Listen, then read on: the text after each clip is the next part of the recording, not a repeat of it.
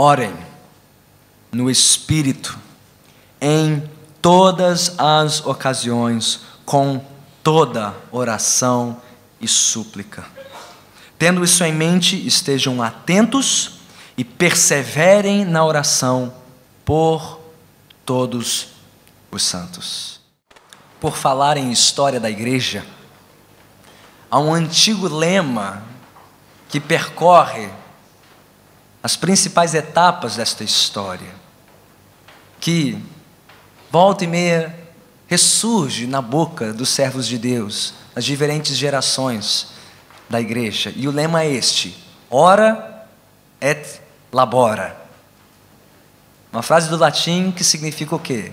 Orar e laborar, trabalhar. O que este lema resume? O que ele ensina para nós?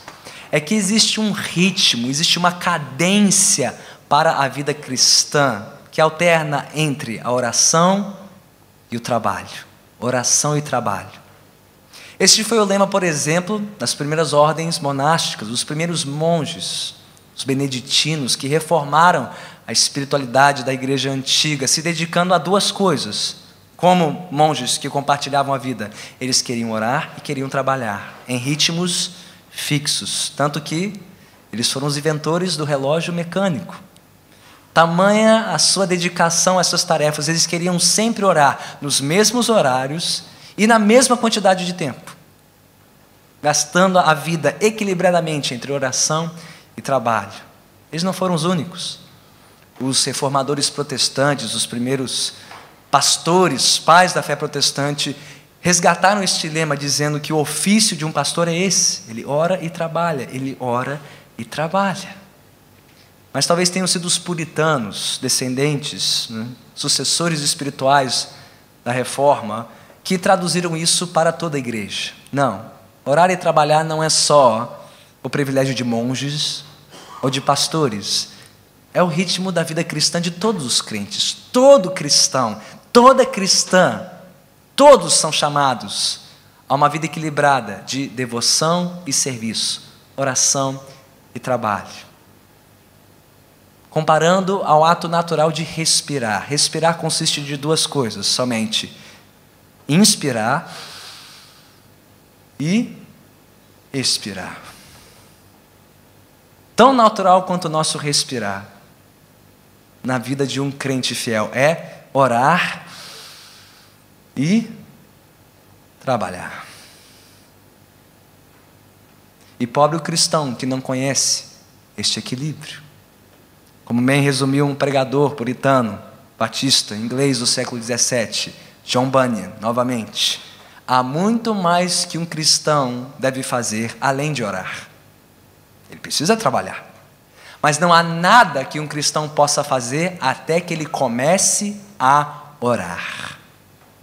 E esse é o desafio da igreja ao longo dos séculos: como equilibrar as duas coisas e como nos dedicarmos à tarefa e ao trabalho da oração.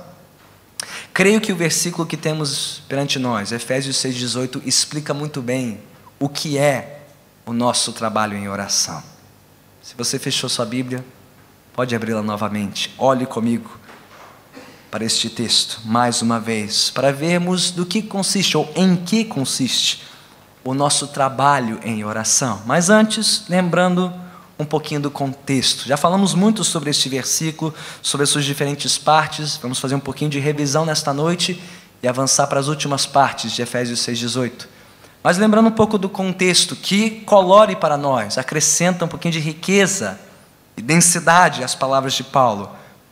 Onde está Paulo quando ele escreveu essas palavras?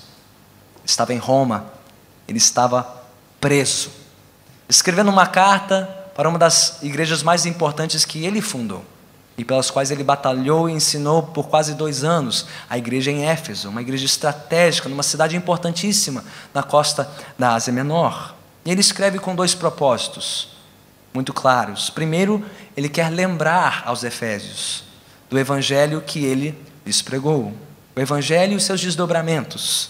Isso está nos capítulos 1 a 3, primeira metade da carta. Mas, com isso, ele quer encorajar os efésios. a se manterem firmes nos seus direitos e nos seus deveres como igreja. Isso está lá nos capítulos 4 a 6. Ele fala deste desafio claramente lá no capítulo 3, versículo 13, e de novo no capítulo 6, versículo 22, dizendo: lembrem-se de mim e orem por mim, para que eu não desanime e para que vocês tampouco desanimem na fé. E refletindo aí neste desafio de se manter firme no Senhor, Paulo fecha a sua carta com uma imagem fortíssima. É a famosa imagem da batalha espiritual, do soldado cristão. Está aí no capítulo 6, versículos 10 a 20. E o nosso versículo está lá, no finalzinho, versículo 18. E a imagem é muito proveitosa. Por quê? Paulo já se apresentou aos Efésios como um prisioneiro de Cristo. Efésios 3:1. Se bem que ele reconhece também que é um prisioneiro de Roma, de César. E muito provavelmente, ao gozar de uma prisão diferenciada, na seu primeiro cárcere em Roma, ele passou uma boa parte do seu tempo acorrentado a um soldado romano. Veja a oportunidade aqui que Paulo vê. Ao ver-se preso a um soldado, lembrar que ele era um soldado de Cristo.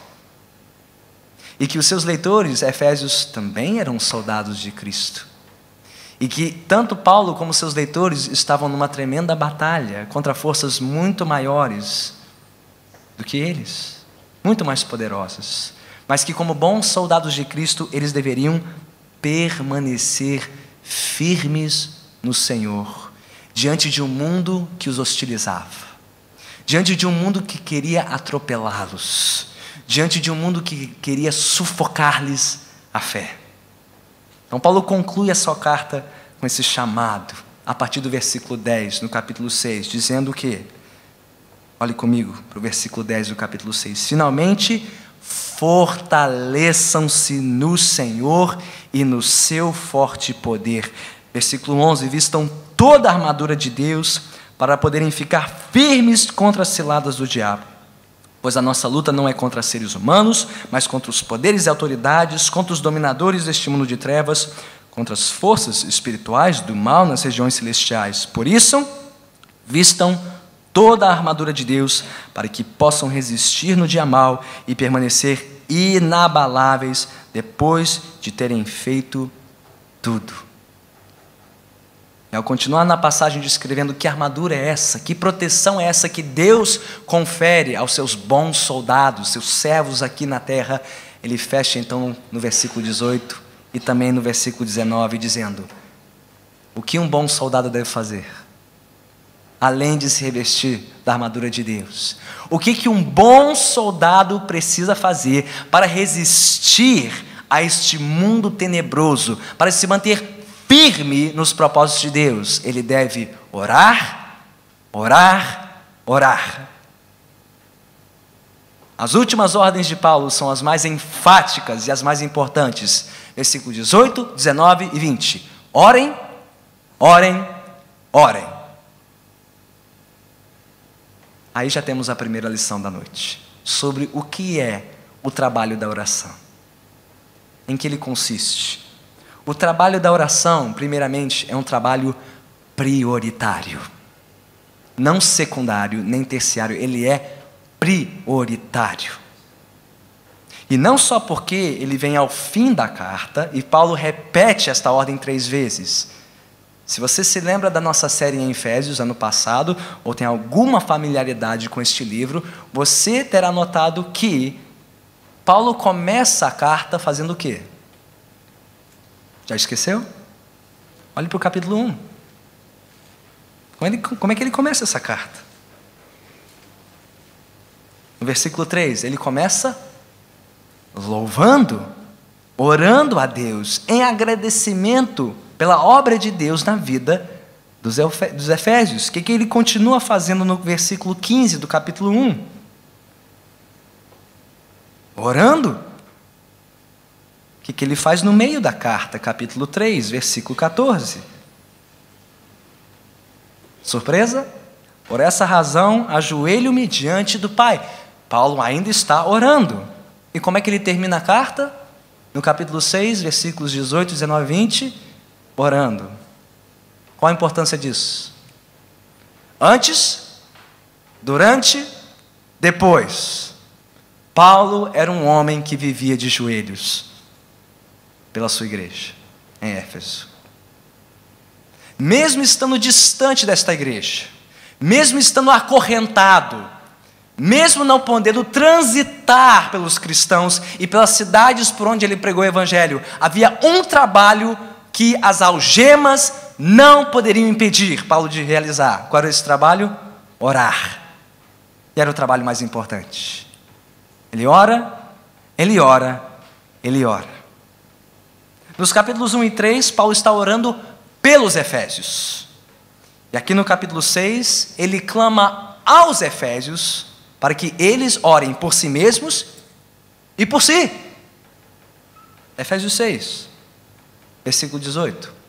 Orem no Espírito, em todas as ocasiões, com toda oração e súplica, tendo isso em mente, estejam atentos e perseverem na oração por todos os santos. Paulo, não mais clamando a Deus pelos Efésios, mas Paulo clamando aos Efésios, para que eles clamem a Deus. E aí versículo 19, orem também por quem? Por mim. Paulo. O trabalho da oração era prioritário para Paulo. E por isso deveria ser prioritário para os Efésios, porque ambos, Paulo e os Efésios, pastor e ovelhas, o pastor preso e as ovelhas libertas, todos eram soldados de Cristo, numa batalha cósmica e espiritual, que tinha a igreja como alvo principal. Quando Paulo descreve este mundo no qual vivemos, ele mostra que este não é um mundo neutro. O mundo não é um lugar amigável para a igreja, não é um lugar aconchegante para a igreja. O mundo, sob a ótica de Paulo aqui em Efésios, é um mundo hostil ao Evangelho e hostil aos que confessam Jesus Cristo como seu Senhor e Salvador. Ele disse isso. Ele disse que no capítulo 2, nós fomos libertos deste mundo, tirados deste mundo, nós que estávamos mortos em nossos pecados, e antes servíamos ao príncipe da potestade do ar, que atua nos filhos da desobediência. O nosso antigo Senhor, diz Paulo, agora quer ter a nossa vida de volta. Ele mira as suas forças contra a igreja. Ele se levanta com as suas hostes contra a igreja, capítulo 6.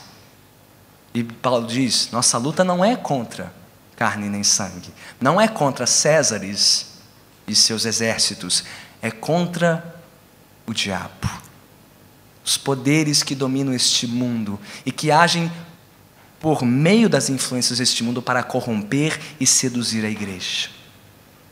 Paulo e os Efésios estão nesta batalha. Todos nós estamos nesta batalha, diz Paulo. Por isso, não podemos prescindir do trabalho da oração. Não podemos abandonar o quarto de oração. Não podemos abandonar o culto de oração. Não podemos abandonar a oração em família e em igreja, porque os tempos são maus, são difíceis e ficarão piores, diz Paulo. E se queremos permanecer firmes no Senhor e no seu poder, teremos que dobrar os nossos joelhos mais. Então Paulo orava pelos Efésios e Paulo clama aos Efésios para que orem por ele. Todos estão nessa juntos. De imediato, isso já levanta uma questão, uma pergunta. Eu gosto de pensar nessas perguntas no meio do sermão, como aquelas perguntas diagnósticas, né? Aquelas perguntas tendenciosas que o médico faz para você quando você está consultando.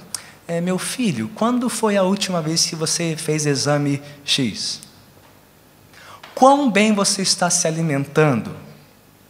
Como é sua disciplina de sono e exercício? São aquelas perguntas, né, tendenciosas, aquela carta que o médico tira da manga para te levar a reconhecer que você precisa tomar jeito, mudar de rumo, cuidar de si. Pergunta diagnóstica: quão diferente seria a sua vida sem oração? Se você fosse remover o tempo gasto em oração no seu dia, na sua semana, que diferença isso faria? Na sua vida, na sua família, na sua igreja? A sua resposta dirá muito se você entende ou não a prioridade da oração. Porque para Paulo, a vida cristã e a vida da igreja seriam inconcebíveis sem oração. Qual seria a resposta de Paulo? É impossível ser crente e permanecer crente neste mundo sem viver em oração. Impossível. Impossível resistir às pressões, às influências e ao avanço deste mundo dentro das nossas casas, das mentes e dos corações, dos nossos filhos. Impossível sem vivermos constantemente de joelhos, clamando ao Senhor.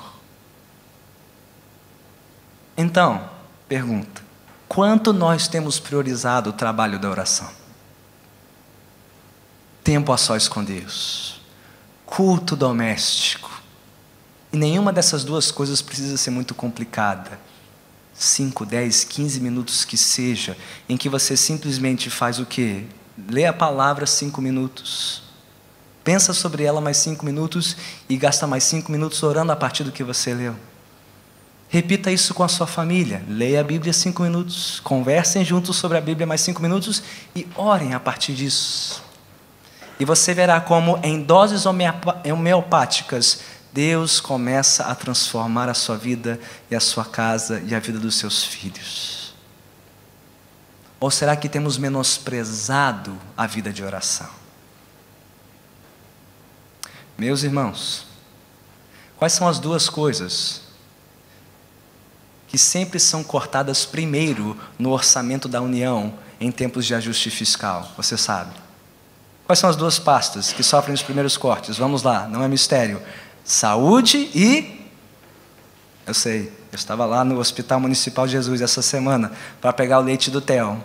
Recebi um presente do prefeito, não tem mais leite, acabou. Acabou a verba. Saúde e educação, vamos para o espaço. E quais são as duas coisas que um crente corta primeiro na sua vida quando a coisa aperta? Palavra e oração.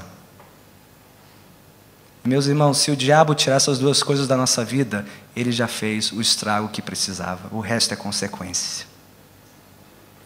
Tire de um crente da sua família a Bíblia e a oração, e o estrago será consequência. Meus irmãos, como é que nós e os nossos filhos vamos resistir no mundo que, pensando bem, nos últimos 20 anos, nos seduziu? O plano real seduziu o Brasil. Nunca tivemos tanta prosperidade, nunca ganhamos tanto, nunca compramos tanto, nunca viajamos tanto, nunca comemos tão bem, e agora vamos ter que nos adequar rapidamente a uma outra vida, porque os tempos passaram, a prosperidade acabou. Mas como mudar de cabeça depois de tanta prosperidade? Nós fomos seduzidos pelo canto da sereia, nós fomos seduzidos pelo que Jesus chama na parábola do semeador, de os cuidados deste mundo e os enganos da riqueza. Ah não, pastor, meus filhos têm que estudar mais, tem balé, tem judô, tem futebol, tem inglês, tem informática. Ah não, eu preciso sacrificar meu domingo. Ah não, não tenho mais tempo para o culto de oração. São os enganos do mundo e os perigos da riqueza sufocando a semente. Em tempos de cinismo na nação, não acreditamos em mais nada e mais ninguém. Autoridades desacreditadas, políticos que não conseguem explicar os seus atos, pastores que não têm justificativa para os seus excessos. Cinismo. Não conseguimos acreditar em mais nada, ter esperança em mais nada. Como é que resistimos isso? Como é que nós permanecemos firmes diante do avanço do relativismo cultural, moral e espiritual?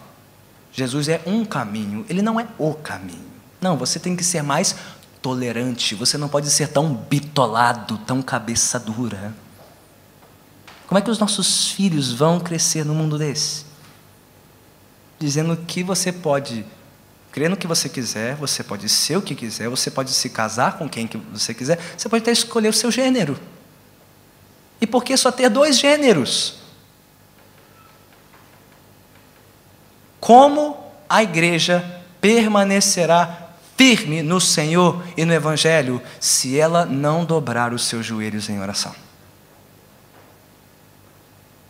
Soldados de Cristo, estamos prontos? Porque o mundo já está hostilizando e invadindo a igreja há muito tempo. Este trabalho, diz Paulo, é urgente, é prioritário. E se nós abandonamos o quarto de oração e o culto doméstico e o culto de oração da igreja, é hora de nos arrependermos e voltarmos às primeiras obras. Esse trabalho é prioritário. Orem, orem, orem, orem. Mas Paulo diz mais, não? Como devemos orar? Efésios 6,18. Orem no Espírito.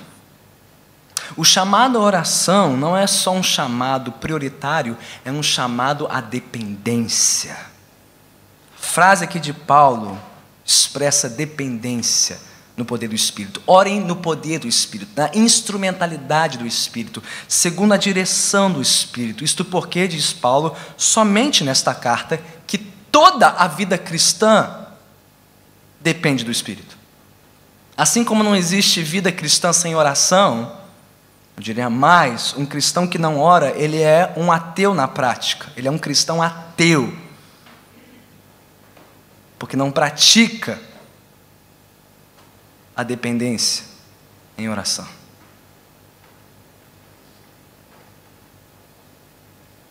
Assim como não existe vida cristã sem oração, diria Paulo, não existe vida cristã sem o Espírito. Capítulo 1, o Espírito é identificado nos versículos 3 a 14 como aquele que nos sela, que nos faz propriedade de Deus, é o selo da garantia da nossa redenção. No capítulo 2 ele é descrito como o Espírito que edifica a igreja. É Ele quem constrói a igreja. Isso aqui que estamos vendo é obra do Espírito. Espírito nos reunindo aqui para ouvirmos e crermos no Evangelho. Este mesmo Espírito, diz Paulo, no qual devemos ser fortalecidos no íntimo, capítulo 3. E do qual nós devemos viver cheios, capítulo 5. E o qual nós não devemos entristecer, capítulo 4. Ele está lá em todos os capítulos da carta. Ele está aqui de novo no capítulo 6. Orem no Espírito. Assim como o ramo precisa de seiva da videira para ter vida, todo cristão precisa da seiva do Espírito para estar vivo, para permanecer vivo e crescer na vida cristã. E não é diferente na nossa vida de oração. O que nos leva a mais uma daquelas perguntas diagnósticas. Quanto temos buscado a plenitude do Espírito? Quanto temos permanecido no poder do Espírito? E ao orarmos, quanto temos clamado por mais do Espírito Santo em nossas vidas? Porque Ele não é apenas o poder, ou melhor, aquele que nos dá poder para permanecer em oração. Ele é a maior recompensa da nossa oração. Ele é aquele por quem devemos estar orando todos os dias. Efésios 5,18. Não se embriaguem com vinho. Você pode botar outro termo lá. Não se embriaguem com trabalho. Não se embriaguem com compras. Não se embriaguem com internet. Não se entorpeçam. Não entorpeçam a sua vida com o que quer que seja, mas deixem-se encher pelo Espírito. Efésios 5,18. Então Efésios 6,18. Orem no Espírito. Busquem o Espírito, clamem pelo Espírito, orem no Espírito. Ou posto de outra maneira, O que esta igreja mais precisa? Como você responderia a pergunta? Pastor, nós precisamos terminar esse prédio. Porque assim que terminar esse prédio, as pessoas virão, nos verão, desejarão conhecer o nosso endereço. Amém? Pastor, a gente precisa de um programa para adolescentes. Pastor, temos que atrair os jovens desta região. Amém? Pastor, a gente precisa de encontro de casais. Pastor, a gente precisa de um plano de ação social. Amém? Pastor, nós precisamos. E você pode responder da maneira que você quiser. Mas se nós tivermos tudo isso, meus irmãos, e mais nada, seremos a igreja mais cheia, rica e vazia do bairro. Sabe por quê? Porque uma igreja pode ter tudo isso, mas se não tiver a presença real do Espírito Santo aqui, seremos fúteis, inúteis, imprestáveis. O que esta igreja precisa é do Espírito Santo. Sermos um povo cheio do Espírito, que ora incessantemente no Espírito e pelo Espírito. Se tivermos isso, meus irmãos, o resto será consequência. Famílias reconstruídas, jovens salvos, recursos para missões, para o que quer que seja. O que identifica vida no ramo da árvore não é quantos penduricalhos ela tem, mas quanto fruto ela dá. O que define a vida de uma igreja não é quantos programas ela tem, quantos projetos. Você pode enfeitar uma árvore morta como você quiser, ela ainda será uma árvore morta se não der fruto. Você pode enfeitar uma igreja de toda forma possível, música, de fazer suar, pregadores de arrepiar, programas para preencher a agenda de todos na igreja. Se não houver vida nesta igreja, tudo isso será um adereço morto.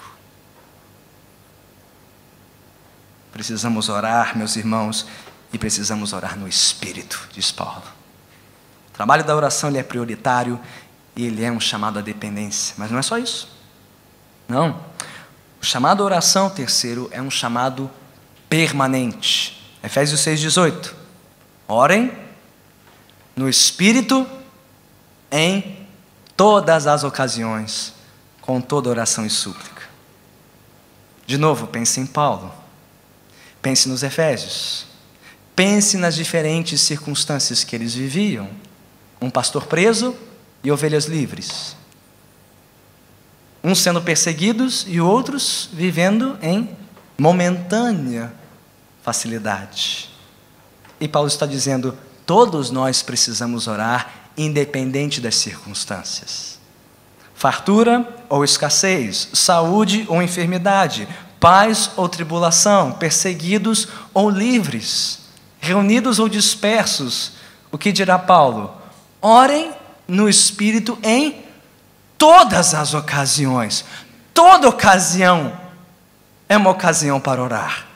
Você está só, ore. Você está em família, ore. Você está com a sua igreja, ore. Está com saúde, ore. Enfermo, ore também. Passando necessidade, ore. Não, ore também, porque você ainda depende dele. Ore em todas as ocasiões, porque nós carecemos sempre e mais da presença de Deus, onde quer que estejamos, fazendo o que for, em qualquer situação de vida. Nós não somos menos dependentes de Deus quando as coisas nos vão bem. Um pouquinho melhor. Orem no Espírito em todas as ocasiões, dirá Paulo, e para cada ocasião ore de acordo. Ore em todas as ocasiões com toda oração e súplica. Nós já falamos sobre isso e quero gastar mais algumas semanas falando sobre a linguagem da oração, a linguagem multiforme da oração. Porque há tempo para adorar e há tempo para confessar, há tempo para agradecer e há tempo para suplicar. Para cada ocasião, há uma outra dimensão de oração. E para cada contexto, individual, familiar, congregacional. Não falaremos mais sobre isso por enquanto, mas, próxima pergunta. Existe alguma área da sua vida de oração que você tem negligenciado? Ou alguma ocasião peculiar em que você se sente menos dependente de Deus? Em que você se sente tentado a orar menos ou a não orar? Para alguns pode ser facilidade demais, para outros pode ser adversidade demais. E o coração é enganoso, não? Porque no auge da euforia podemos achar que estamos bem, não precisamos de Deus. E quando estivermos no fundo do poço também, podemos achar que estamos tão distantes de Deus que Ele não nos ouvirá.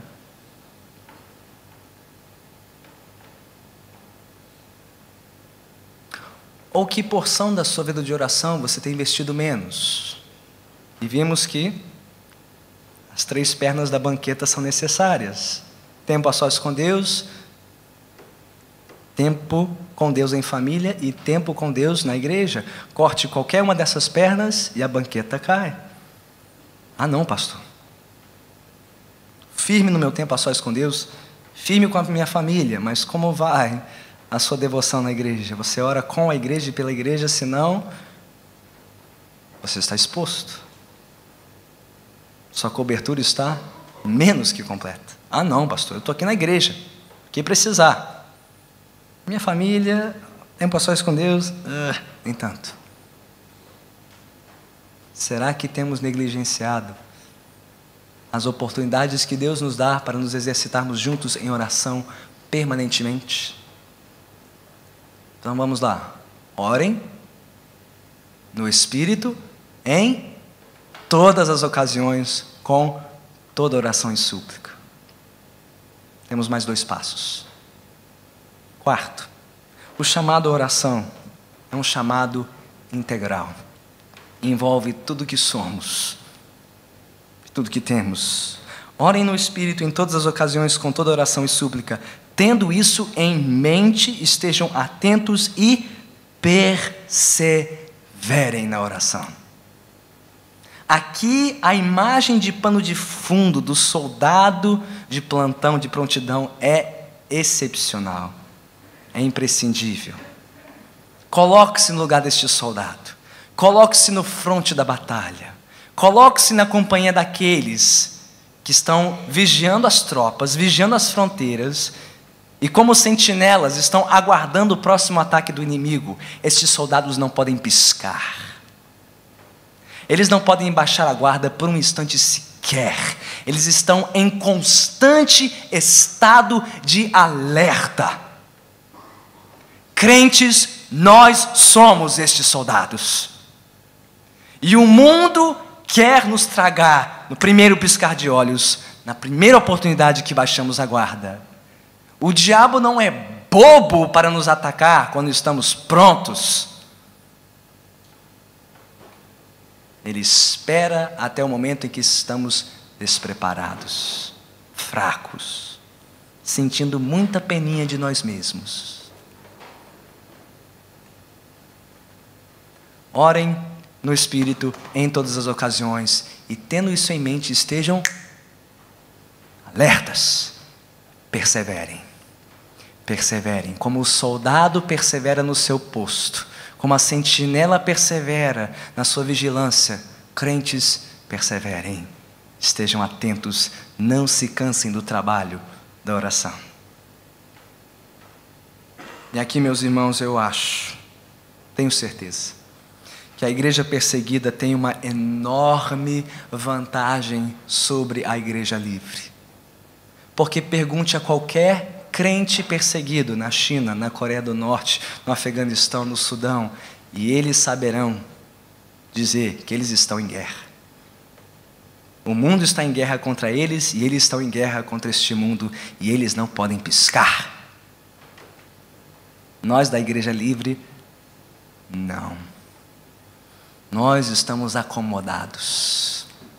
Nós esquecemos que estamos em guerra contra o mundo e o mundo contra nós.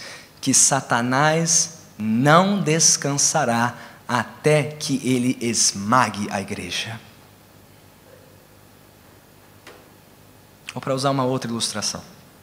Você sabe aonde acontece a esmagadora maioria dos acidentes de carro? Você sabe? Onde os condutores mais se acidentam no trânsito? Isso é comprovado cientificamente. Num raio de aproximadamente 1 a 2 quilômetros da sua residência. Sabe por quê? Quanto mais próximo você está de casa, menos você vigia.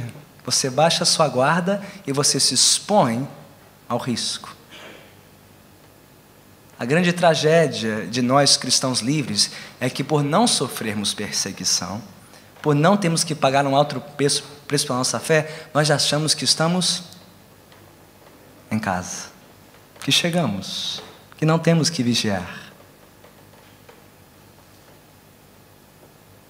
Nós deveríamos ser como qualquer cidadão consciente do Rio de Janeiro ao trafegar pelas ruas dessa cidade. Não importa onde você estiver, na calçada que for, você presta atenção, ou você pode ser a próxima vítima. Todo cristão deveria viver assim em oração. Ou melhor, cada um aqui está a apenas 24 horas de ser tragado pelo mundo e por Satanás.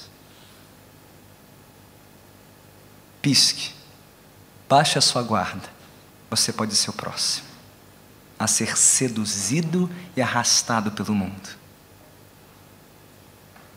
Então o que diz Paulo? Ore. Ore. Ore no Espírito, em todas as ocasiões, e tendo isso em mente, estejam alertas e perseverem em oração. Oração é prioritário? É uma tarefa de dependência, é um chamado permanente e integral, mas falta uma quinta coisa.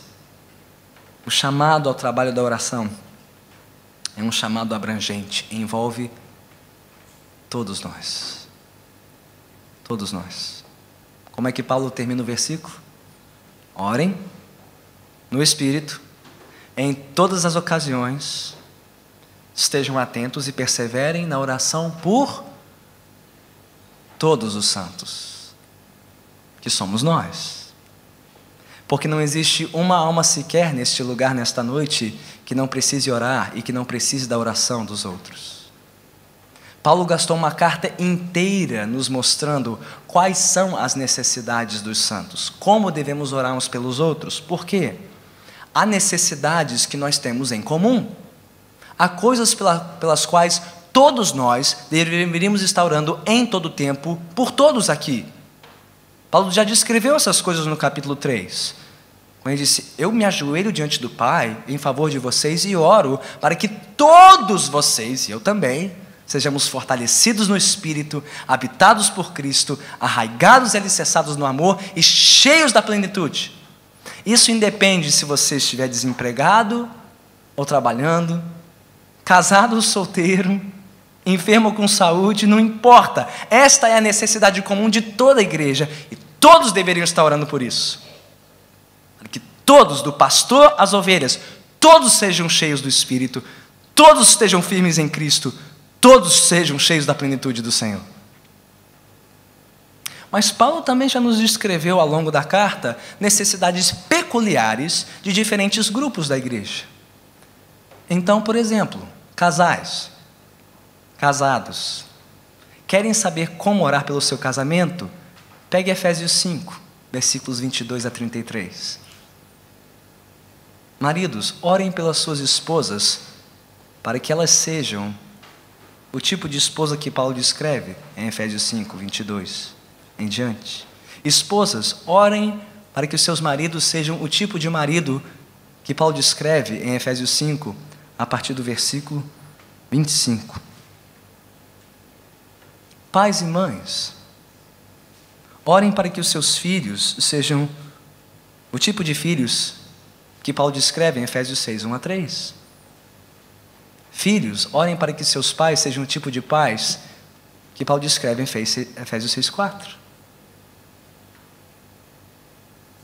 Para que maridos amem suas esposas como Cristo amou a igreja, para que esposas se submetam aos seus maridos como a igreja se submete a Cristo, para que filhos se submetam aos seus pais por amor e temor ao Senhor, e para que pais instruam seus filhos sem irritá-los. Estudantes, trabalhadores, peguem Efésios 6, 5 a 9, orem isso. Orem assim pelos seus patrões, e patrões orem assim pelos seus empregados. Queremos saber como viver como igreja? Pegue Efésios 4, 1 a 16, ore isso. Para que nós, como membros dessa igreja, sejamos humildes, dóceis, preservando o vínculo da paz, que sejamos unidos no serviço, na maturidade cristã, no ensino da palavra. Queremos saber como viver de maneira santa neste mundo? Pegue Efésios 4, 17 até capítulo 5, versículo 14. Ore isso. Para que possamos nos despir deste mundo, nos revestir de Cristo e sermos luzeiros em meio às trevas. Há necessidades em comum, mas há necessidades peculiares, pelas quais precisamos orar por todos. Mas existe uma necessidade suprema. Ela está lá no último mandamento, Efésios 6, 19 a 20. Orem também por mim, para que quando eu falar, seja me dada a mensagem, a fim de que destemidamente torne conhecido o mistério do Evangelho, pelo qual sou embaixador preso em correntes. Orem para que, permanecendo nele, eu fale com coragem, como me cumpre fazer. Devemos orar, acima de tudo, para que pregadores preguem a palavra corajosamente, para que a igreja seja edificada e para que o Evangelho alcance os perdidos, porque sem isso o mundo está perdido. Então, mais algumas perguntas diagnósticas. Pelo que você ora? Por quem você ora? Quão abrangente é a sua vida de oração? E talvez, em vez de tentar orar por todo mundo e por tudo, todos os dias da semana, por que não tirar a segunda para orar pela sua família? Terça-feira, para orar pelo seu ambiente de trabalho. Quarta-feira, orar pela sua igreja. Quinta-feira, pregar pelo Evangelho, por missão, a expansão da palavra. E sexta-feira, orar por este mundo perdido. E tirar o sábado para orar por si mesmo, para o seu coração em preparação para o domingo, quando você já estará orando aqui. E assim você estará orando no Espírito em todas as ocasiões por todos os santos. Alargue o seu caderno de oração. Alargue a sua vida de oração. Não faça da sua vida de oração uma lista de supermercado. Deus, eu preciso disso, disso, disso, daquilo, agora.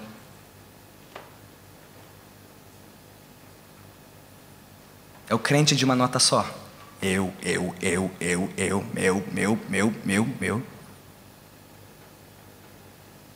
Quão abrangente é a sua vida de oração? Orem no Espírito, em todas as ocasiões, com toda oração e súplica. Tendo isso em mente, estejam alertas e perseverem na oração por todos os santos. Meus irmãos e irmãs, oração não é só o que fazemos antes de trabalhar. Oração é trabalho. E é o trabalho mais importante que a igreja tem a fazer neste mundo. Há muitas outras coisas que a igreja precisa fazer, deve fazer, mas não há nada que possamos fazer até que comecemos a orar e orar a sério, levar a sério nosso chamado para sermos intercessores na presença de Deus. Então, finalmente, eu lhes pergunto e eu me pergunto: quanto temos nos disciplinado e nos exercitado no trabalho da oração? Oração é disciplina, é trabalho, e é trabalho abençoado por Deus. Quanto estamos fazendo isso a sós, com a nossa família e junto com o restante da igreja? Nós nos comprometeremos a partir daqui a viver neste ritmo sagrado de orar e elaborar, orar e trabalhar, orar, trabalhar.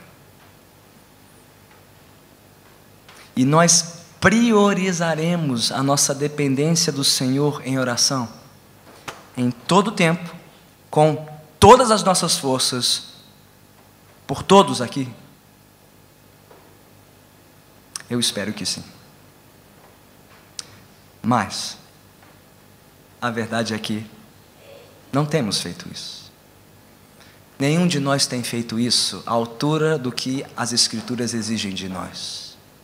E mesmo que nós não tenhamos priorizado o nosso trabalho de oração, mesmo que nós não estejamos fazendo isso agora, e mesmo que vacilemos daqui a algum tempo, mesmo após esta mensagem e esta série de reflexões, o que me consola e o que deve te consolar é que muito antes de nós começarmos este culto, o nosso fiel e justo intercessor já orava por nós à destra do Pai. Você quer saber qual é a importância da oração? Você sabe o que Jesus está fazendo por nós entre a primeira e a segunda vinda? Sabe o que Ele está fazendo há 2000 anos? Ele ora, e ora, e ora, e ora, dia e noite, dia e noite, dia e noite por nós, a sua igreja. A palavra de Deus chama Cristo nosso fiel e justo intercessor. Ele estava lá diante do Pai antes de começarmos aqui, e enquanto falávamos e os irmãos ouviam, Ele continuou orando por nós e continuará intercedendo por nós, se oferecendo como sacrifício em nosso lugar. E é Ele quem nos capacita e que nos capacitará pelo seu Espírito para sermos pessoas de oração, para que a sua família seja uma família de oração, para que esta igreja seja uma igreja que ora, que intercede e clama junto ao trono do Pai. A nossa esperança é que Cristo ora. Sempre orou, continua orando e continuará orando por nós nas nossas orações fracas, débeis e inconstantes. Mas Ele ora para que nós aprendamos a orar e a viver em oração. Vamos nos juntar a Cristo. Vamos orar com Ele.